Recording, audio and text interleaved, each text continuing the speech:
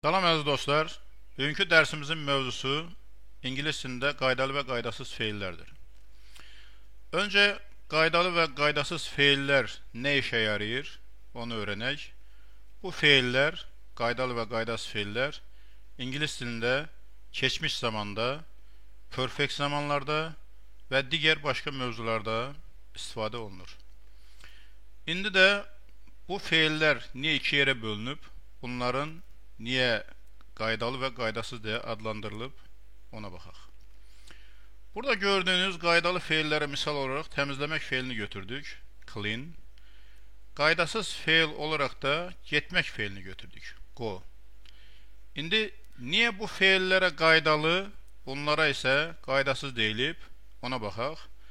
Qaydalı feillərə qaydalı deyilməsinin səbəbi orada bir qaydanın olmasıdır. Qayda odur ki, bu feillərin ikinci formasında da, üçüncü formasında da işlətdiyimiz zaman bu feillərin kökünə ed, yəni ingiliscə id şəkilsi əlavə edəcəyik. Həm ikinci formasında, həm də üçüncü. Qaydasız feillərə qaydasız deyilməsinin səbəbi isə gördüyünüz kimi feilin ikinci forması və üçüncü forması tamamen şəkil dəyişdirib, yazılış başqa formadadır.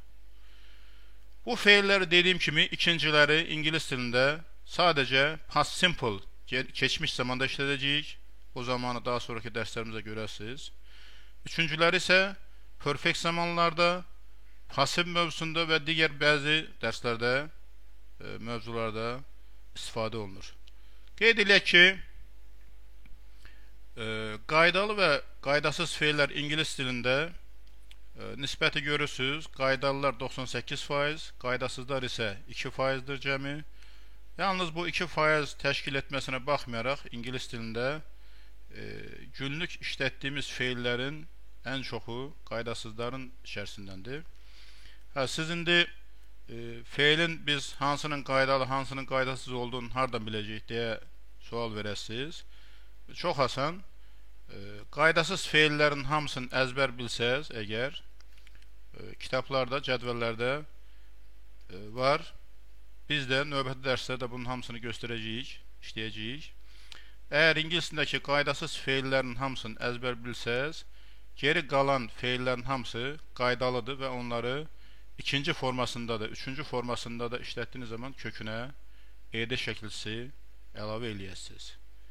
Bir sonraki dərsdə qaydasız feilləri öyrənəcəyik. Bugünlük bu qədər. Bir sonraki dərsdə görüşmək üzrə. Salamat qalın.